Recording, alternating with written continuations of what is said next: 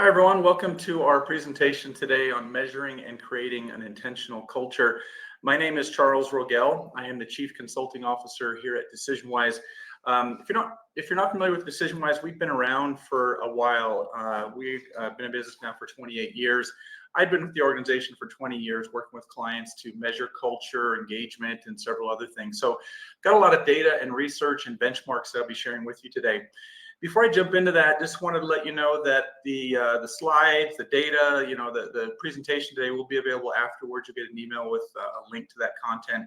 And this presentation is also eligible for 1 hour of SHRM and HRCI credit.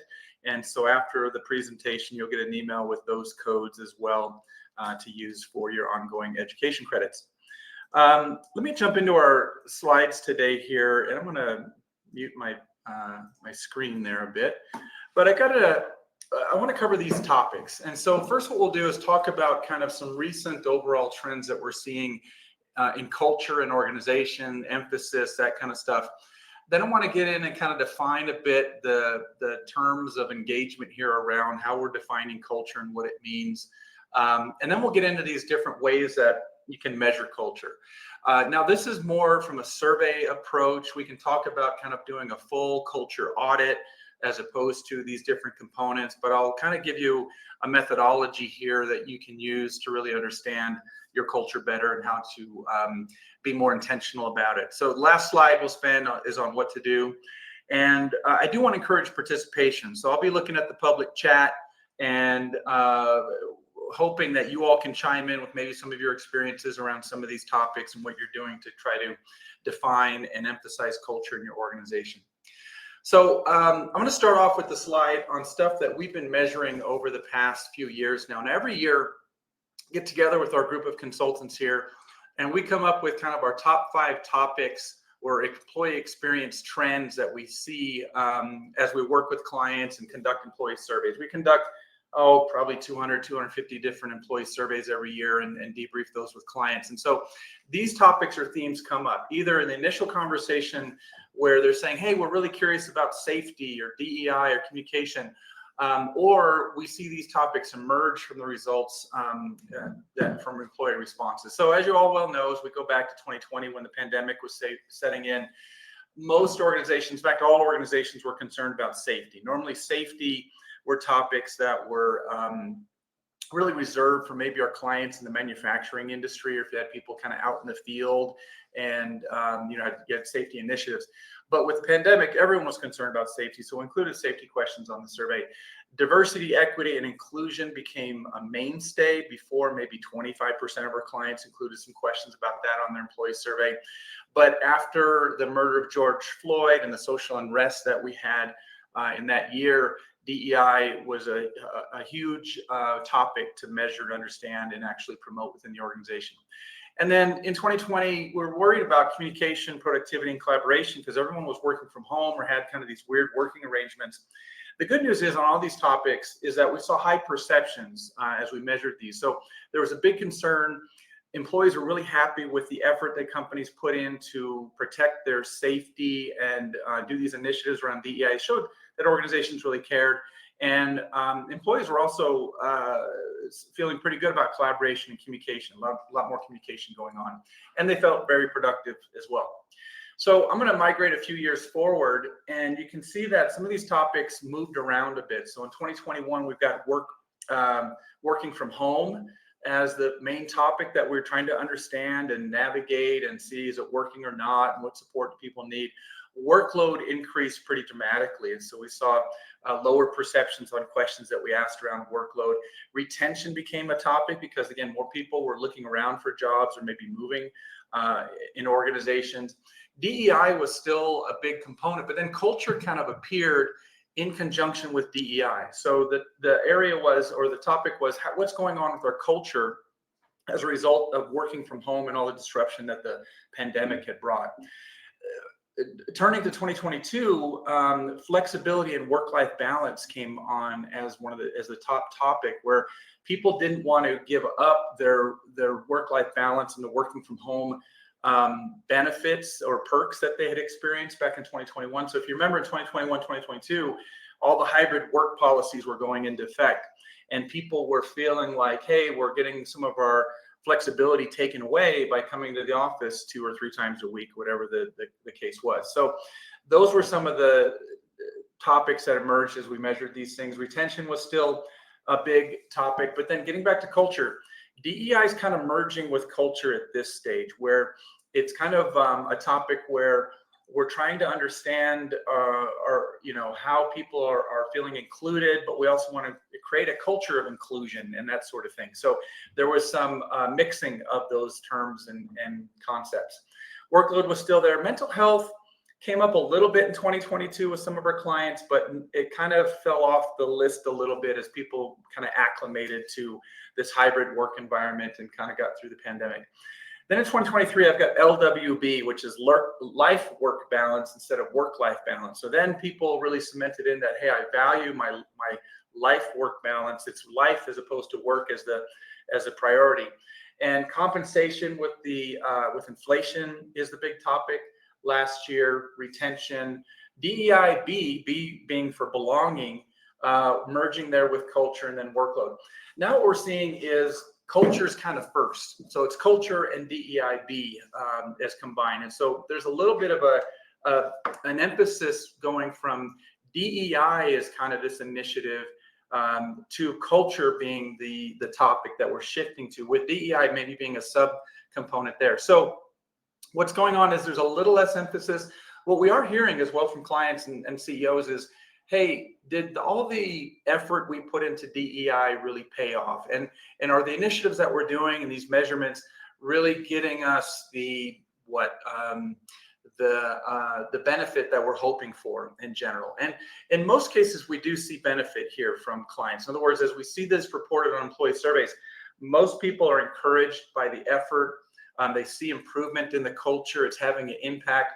There are some people that it does tick off, frankly. So people that say, hey, why are we doing all this work on DEI? We're kind of creating a problem where none exists. I don't see a real problem here around inclusion. But I'll tell you what, with the younger generation, it is a given. They want to see that organizations are concerned about that and have initiatives. Older generations, not so much. That's where we're seeing that difference play out. Some of the other topics this year that we're tracking that kind of added to the list is around performance management. And we're still, as we're navigating 2022 to 2024, all this talk about a recession that might hit, some organizations having more layoffs than others. But again, we're kind of holding steady a bit, even though there's still, people looking around and trying to find better opportunities. I guess compensation is really driving a lot of the movement in the market right now. All right, so that's kind of the backdrop of what we're seeing right now. And so let me kind of dive into the topic today and what we want to really get into and measure. So we'll talk about some of these culture components.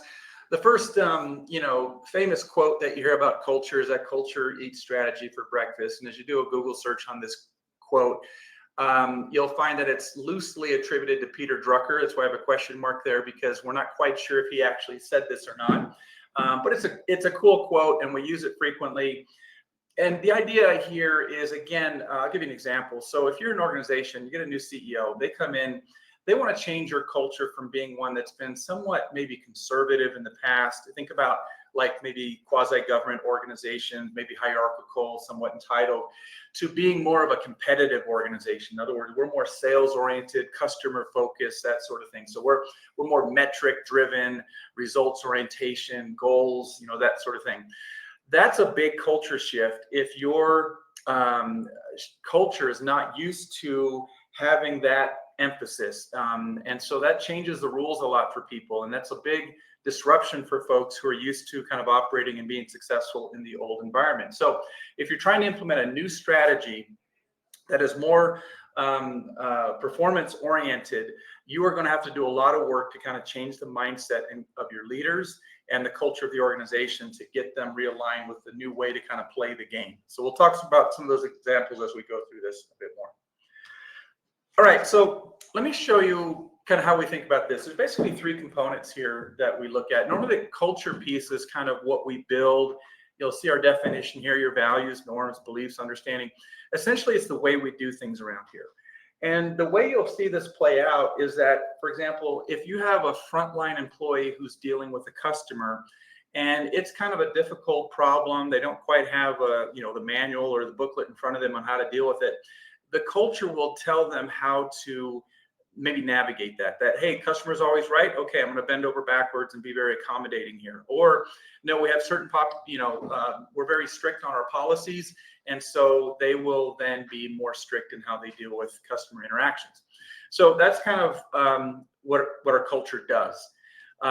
What it then creates is what it has an impact on is the employee experience. And so this is essentially the sum of all your perceptions about working at a company. And we call this the impact of the culture on employees. So we can measure that. This is why we do employee surveys and ask a bunch of questions to understand what's working or not working in organizations. Finally, if your culture is working and it creates a good experience, you'll get good engagement. So we measure engagement as kind of the outcome of the employee experience. If all those things are working, people will be more engaged in their work and want to do their best. So we measure engagement a lot. We do engagement surveys, but what we're doing is really measuring the experience and the impact of the culture on everyone else. All right, so let me then show you kind of a framework or a model. So kind of think about this in an upside down period where at the top, you have the mission and vision of your organization. So this is kind of why you're in business, what you're trying to accomplish. And hopefully this mission and vision is somewhat inspiring and has an impact on society or on your employees or people in general. Your strategy is how you fulfill the mission and vision. Your values help you define kind of the operating principles that you'll use to fulfill the strategy. And then your leadership competencies should be kind of subsets of the overall value statements that you come up with. So what behaviors really should leaders demonstrate that reinforce our values in the organization? And then that cascades into goals, team dynamics, or procedures and things like that. So if any one of these components is kind of out of line with our values, for example, you might have a procedure or a company policy, employee policy that doesn't align with one of our values about, family values, for example. So we don't have a lot of time off or when there's a child born or something like that. That will create a disconnect where people feel like we're not living up to our values or the culture of the organization. All right, so we're going to talk about values and leadership competencies a little bit more, but these are really the components that help define this better. So if you have these kind of clear and people feel like, hey, I understand what they are and I see them at play here, then that really helps you define or create a good culture in your organization. These are kind of the components that you can really leverage or use. All right, so how do you define your culture? Well, you come up with your mission statement, and really this is your organization's reason for existence. And what's your purpose? Why do we exist? Hopefully this is a simple statement, and hopefully it resonates with your employees, because again, making money doesn't really resonate for people. Like when people say, oh, we had a great quarter, we made a lot of money, frontline employees are thinking, well, that's great. I'm not sure if there's a bonus program for them on that. Wonderful. If not, then they don't really care too much. So it's got to be something more impactful to folks in terms of what we're doing to make a difference in the world. Our values, though, like I mentioned earlier, are more of these core principles that guide and direct the organization. And so here we want to be more specific. And how do our values really help us fulfill the mission of the organization? So these should be more operational, should be easy to understand, should be easy to observe, that sort of thing. And so here's some examples of different companies and certain values you could choose.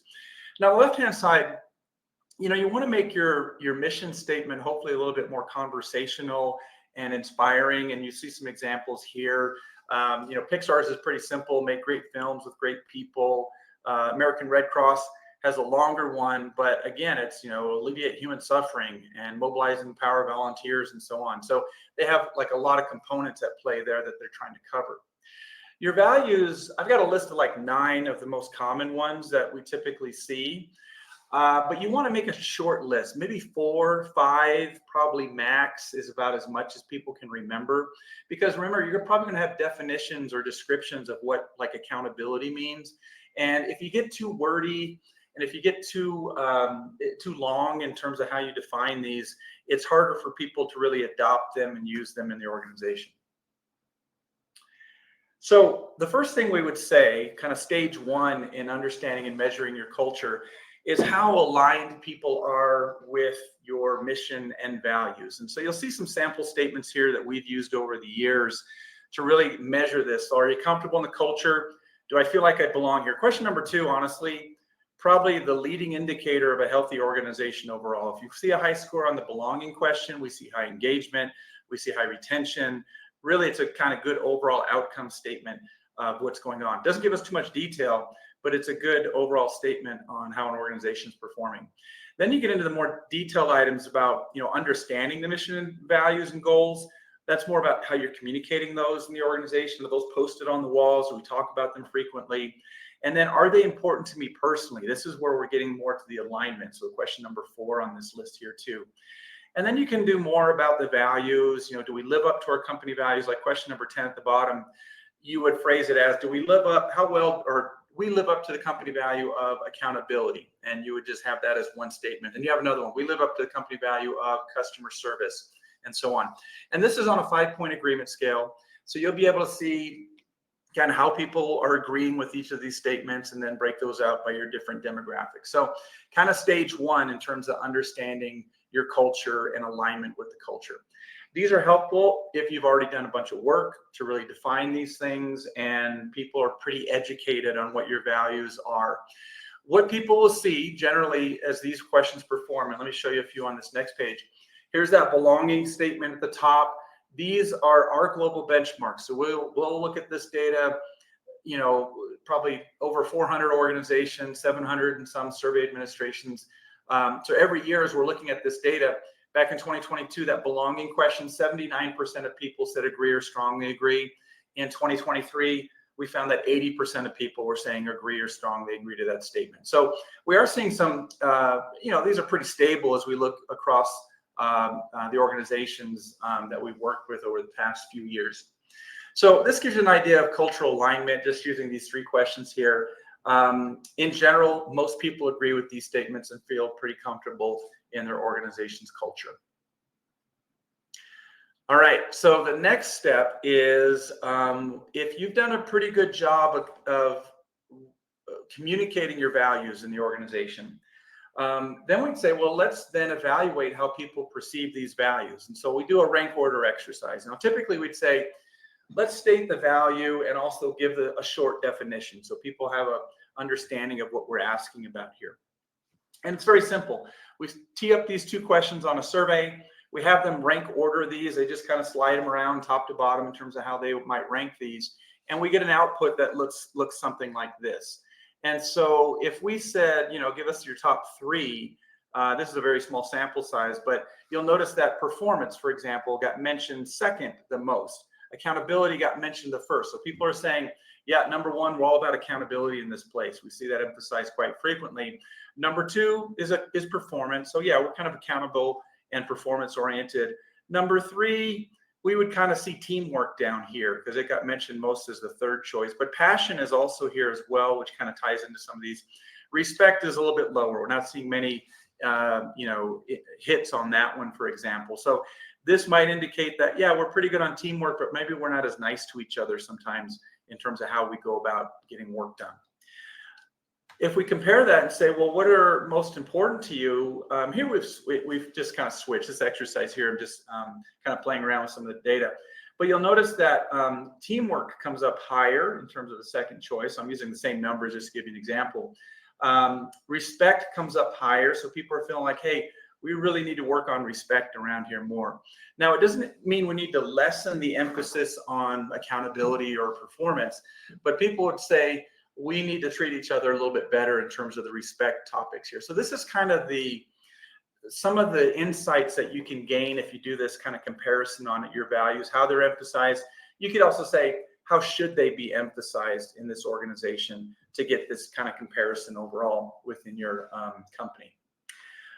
All right, so let me transition here a bit. The other thing I like for doing this type of exercise is sometimes, we have a list of 5 values, but we know one like respect is just on there just to kind of, round out the list. But hey, we're not emphasizing that enough. Do we truly believe it? Do we need to redefine or maybe redo our values so that they really align with the culture we're trying to create? So this is what is helpful here.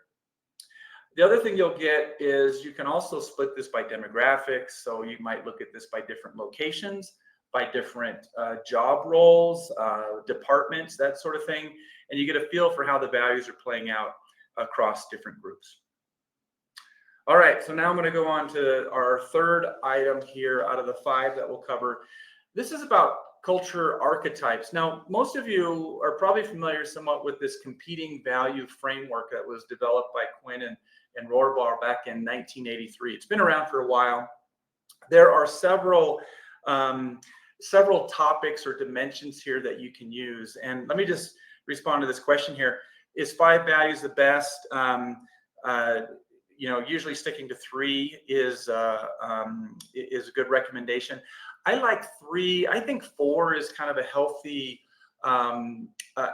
compromise there. 4 is enough to remember. 3 is generally easy to remember and very actionable. Then you can kind of be more deliberate about pursuing those.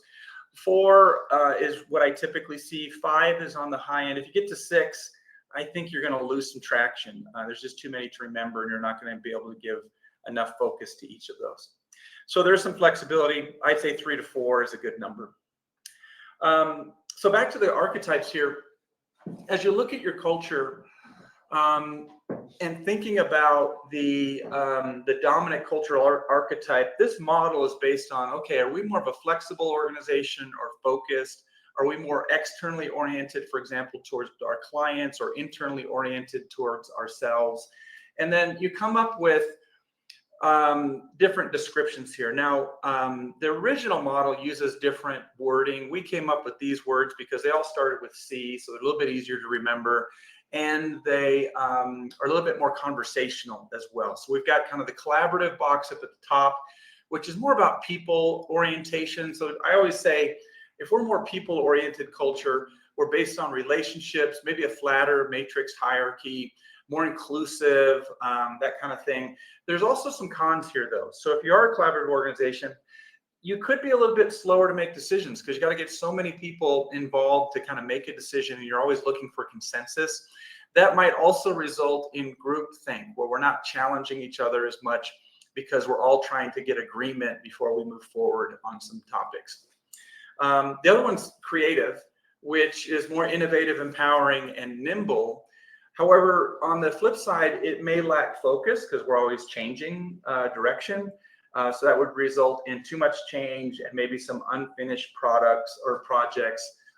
You think of this as more the entrepreneurial mindset. We're always chasing maybe shiny things, but never really completing what we need to do. The next one is this conservative one here, where it creates kind of an environment of stability, processes. We're maybe more cautious. Think of like government organizations here, or maybe older financial institutions, things like that. The cons here is that there is a tendency towards bureaucracy. Politics are at play. Again, slow to change. Those are just, similar to some of these other groups. And competitive on the bottom right is more of like performance oriented or sales oriented. Now, most organizations are in business, again, to make money. So we're all kind of performance oriented. It's how we achieve that is generally what we're trying to define. Competitive, I'd say, we're all about execution, getting things done. The cons here, we might be blaming each other a bit more because, again, if something goes wrong, we don't want things to go wrong. If it does go wrong, you'll get in trouble. That might create kind of a yes mentality to leadership, and it could be more stressful as well. So again, you can thrive and minimize all the cons that I'm listing here as well. But generally, if we're overemphasizing one of these, some of these cons appear. The other thing you'll find, and the question I usually ask my clients is, okay, which box would you say you are in? And most clients can name the box pretty clearly. And then I ask them, okay, which boxes are you striving for? What do you want to kind of use more or do more that would add to your culture? So people would say, well, we're very collaborative, but yeah, we need to be a little bit more competitive. We need to kind of be more emphasized on, or more emphasis on performance and getting things done. Same with competitive. We're very competitive, but we lack the creativeness that we need to maybe pivot a bit more with our clients and that sort of thing. So these are general archetypes. It's nice because, again, there's 4, and as consultants, of course, we like a nice 4-box model here. It makes it easy for us to explain things. And so this is a kind of a good exercise to use. What I really like, though, is how we can kind of tee this up now and put it on employee survey and just include 2 questions. Now, Bob Quinn's framework, they have an assessment as well. Other organizations have leveraged and used this model, like Denison, and even the Harvard Business Review has a model that kind of goes a couple levels deeper into each of these boxes. We prefer to keep it somewhat simple. And so in this exercise, we're just proposing these definitions to employees. Notice that the language we're trying to use is a little bit more layman's terms, common language, as opposed to academic speak in terms of how we're defining these things. And we're basically saying, what are you observing? What best describes us? And then what should we emphasize more? And just using those 2 statements, we can get a profile of what people think the organization looks like. And so in essence, as people are making a choice here, we just have them choose one of these. More people chose collaborative and conservative as what they're kind of experiencing in the organization. What should we emphasize more? Well, more people chose collaborative and creative in this case. And so they're feeling like the conservative piece isn't as helpful, or maybe not as advantageous as we think it is. So then you can do some more comparisons here with your demographic data that I think is really helpful. And one pattern is looking at, well, how does this play out by departments? And so if you look at department data, there will be differences in how people experience the culture based on maybe the type of job that they're doing. So in a sales-oriented culture, you can see this one's a little bit different. I should mess with this a bit, but this is just dummy data that I'm showing. This sales group, normally the pattern I see here is that we're very competitive. So yeah, we're more sales or performance oriented, but they might strive to be a little bit more collaborative or creative in how they achieve results and so on. So this is enlightening in that, yeah, the culture does differ a bit across the organization. We also see differences in how people that are engaged in the organization experience or respond to these archetypes. The typical pattern looks like this, where if you're more engaged in an organization, and so again, we're measuring engagement slightly separately. We're looking at a subset of questions on the survey to determine your overall experience that you're feeling, like are you motivated, engaged in your work, that kind of stuff. And as we break people into these 4 categories, from fully disengaged or fully engaged to fully disengaged, and we look at how they respond to these 2 questions, if you're more engaged, you typically are experiencing a more collaborative environment. But what you're desiring is a little bit more of a creative environment. If you're less engaged, you might be experiencing a more conservative or competitive environment.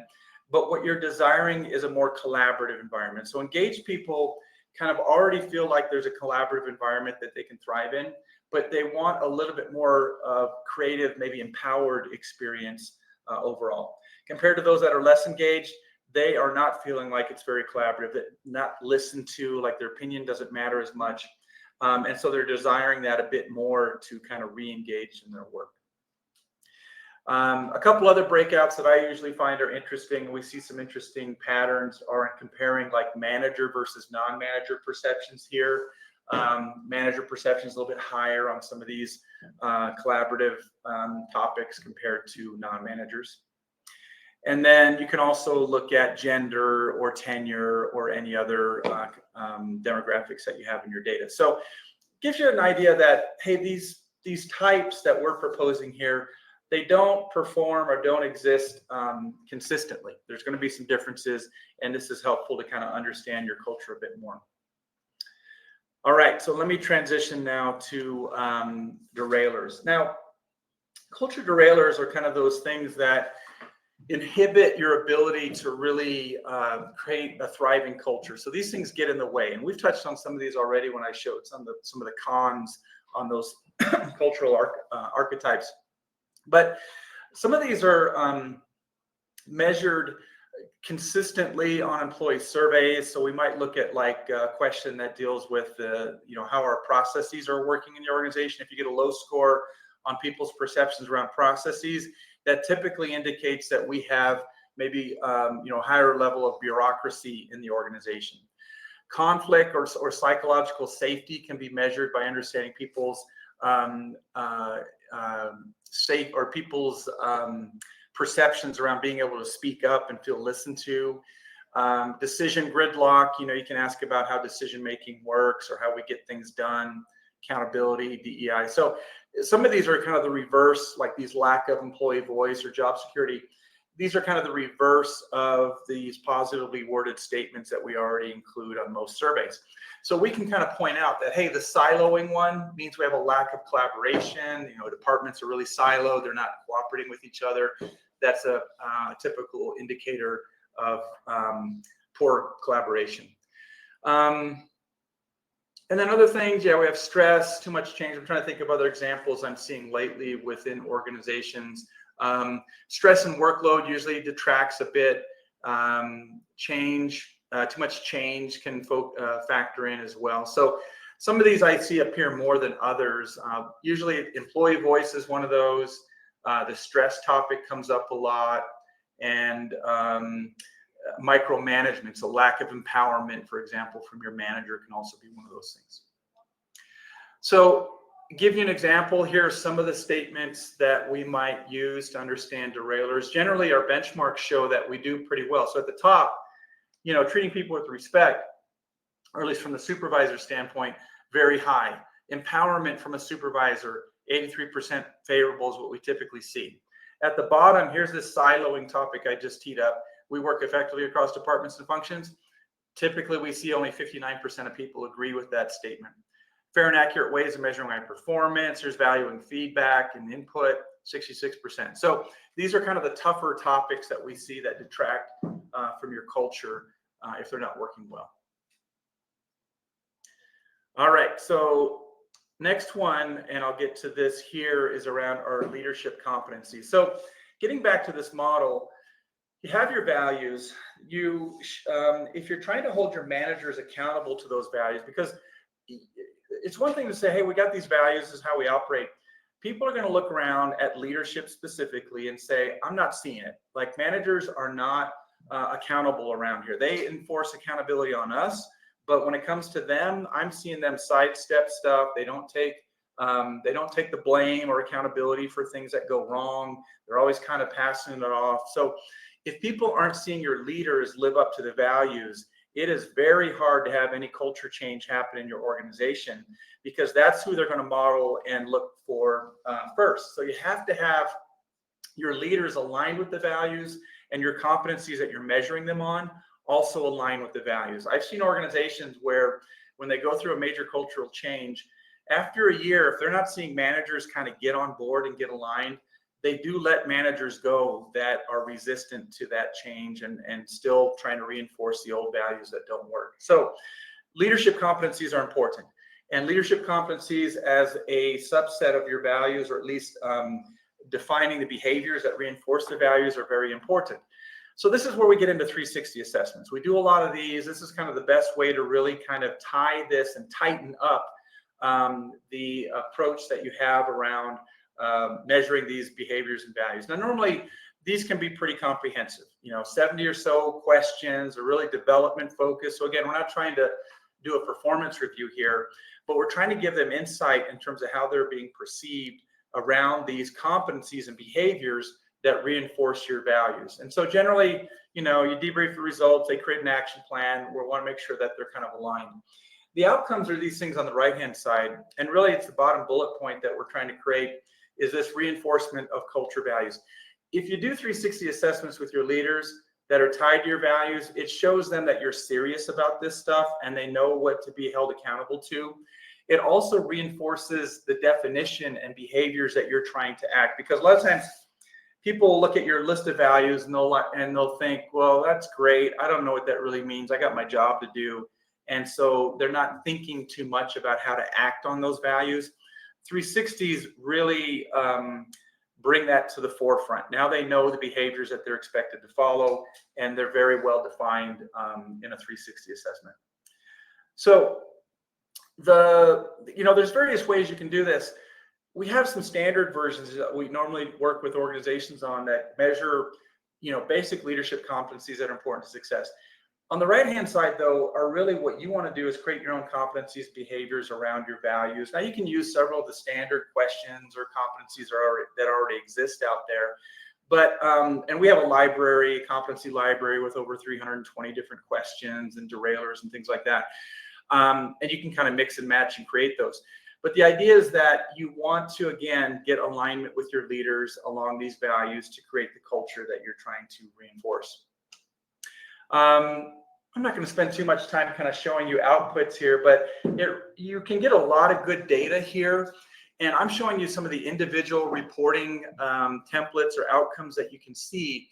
But what's really powerful if you're doing 360 assessments is you can get aggregate data now to see which of the competencies are ranking higher or lower and how they compare to your values. You can even group these. So if you have like 10 competencies and 4 values, you can group them by value as well, so you can get a score there. But once you get aggregate data on your leadership, now you get a real feel for how well we're really moving the culture, moving the needle towards the culture we're trying to create with these values. So it's a very metric-based approach towards creating the intentional culture that you want to make here.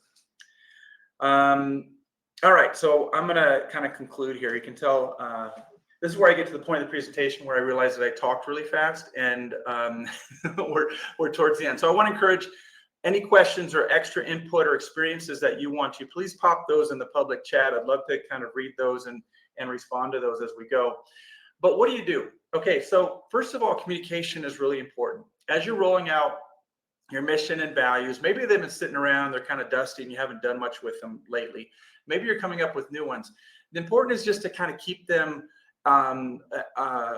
in the conversation. And, you do activities around these things, you post them up on the wall, but you're really trying to get people to understand and be able to articulate those back. So if you talk to any employee in the organization, say, hey, do you know what the values are? They should be able to kind of easily rattle those off to you and know what they are.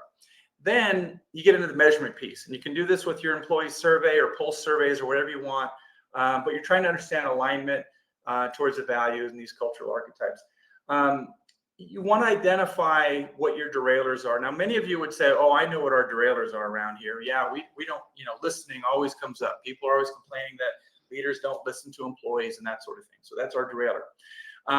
You can also get at this by doing focus groups, by doing interviews with your managers and employees. So you don't necessarily need to measure this like we've been doing with an employee survey. Focus groups and other informal listening practices work really well.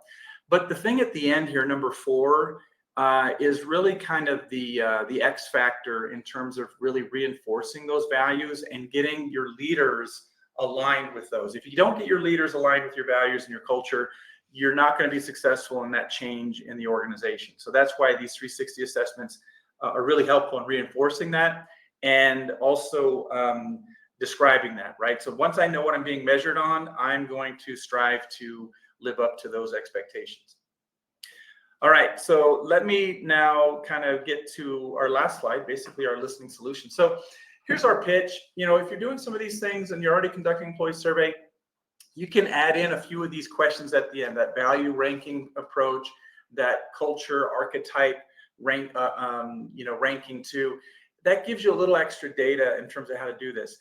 But what I want to say is that the culture stuff is somewhat of a, your second or third year approach. Maybe the first year you do an employee survey, you're just trying to learn what people's perceptions are and maybe fix a few things that are out of line with people. The next time you do this, you say, okay, now we're ready to kind of talk more about culture. Because as you introduce culture and values in your organization, it's a little bit, it takes a little bit more time and effort to get your managers kind of, around this. And usually these efforts I see around cultural migration take about 3 years to see some impact and difference and success. And so the first year you're in introduction mode.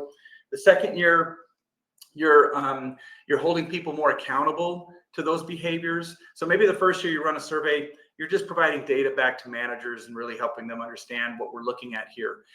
The next year, you're really holding them accountable now to the progress or lack of progress that we might be seeing.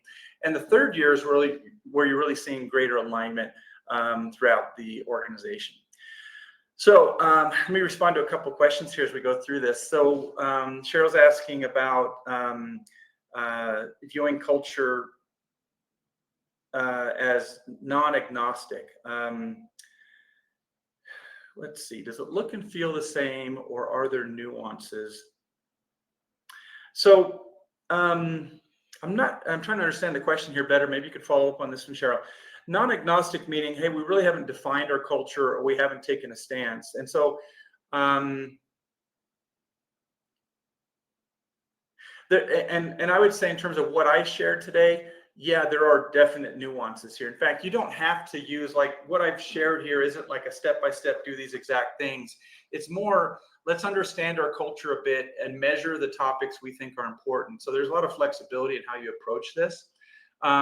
We don't have like the culture archetypes I showed. You don't have to go with those. You could kind of come up with different language or categories. You could assess this in different ways. So there's various ways to kind of approach this, but essentially we're trying to say, what is our culture and where do we want to migrate that to be? The other thing you'll notice is your employees will know what the culture is. Like if you ask them, tell me what you think the culture is, they will have a culture. So your culture exists even if you don't have it written down on the board. And Cheryl also mentioned Americas versus global. There is quite a difference there. And this is kind of that one slide I showed in terms of different department comparisons. You'll see this by maybe your locations as well, or global versus Americas. And the nuances we're seeing somewhat in our global data is, yeah, maybe in Asia Pacific, it is a little bit more hierarchical. People are used to kind of having a solid leadership structure and taking kind of, it's more of a command and control type of environment that they're used to. Community, less, in America, we're all about our individualism and independence and empowerment. But in other cultures, it would be more around the community and supporting the organization. Another question here in terms of our competencies. I'll follow up on that. Yeah, we do have a competency library that's included in our 360 assessment tool with a lot of different resources and things there. And I'll just have our team follow up with you on more detail on what's included there and how to access that as well. But I do want to encourage you to think about your culture and how it's impacting performance. And this is a tough conversation. I find that culture is emphasized in organizations where the CEO cares about it. And if the CEO doesn't care about it, it will be difficult to get some traction. And so you'll need to kind of win that battle first. And what I recommend, or one of the ways to do that, is to run a survey and include some cultural components on the survey to give them some data to look at. Because what we find is leaders respond to data. Once they have the data in hand from an employee survey, you'll look at the data maybe as an HR leader, and you'll say, this is exactly what I expected to see. I've been telling our leaders for years that people are upset about lack of employee voice or some other things. Now you're able to quantify it with some data, and leaders respond to that stuff. And so if you're trying to get traction on culture initiatives, measuring this stuff, doing focus groups, or measuring it on your survey is a good way to kind of get that conversation going and get them caring about that topic as well. All right, well, you all will receive access to this presentation and slides after our presentation. Also, the codes that we use, or that you can use for HRCI and SHRM ongoing education credits. But I want to thank you, everyone, for attending today. Good luck on your efforts to improve the culture in your organizations. And if you do have questions, feel free to reach out. We'd love to help you with your own initiatives. Like I said, we do a lot of measuring around employee engagement and culture, and we'd love to kind of help and partner with you on your journey. Thanks, everyone. Have a great day. Bye now.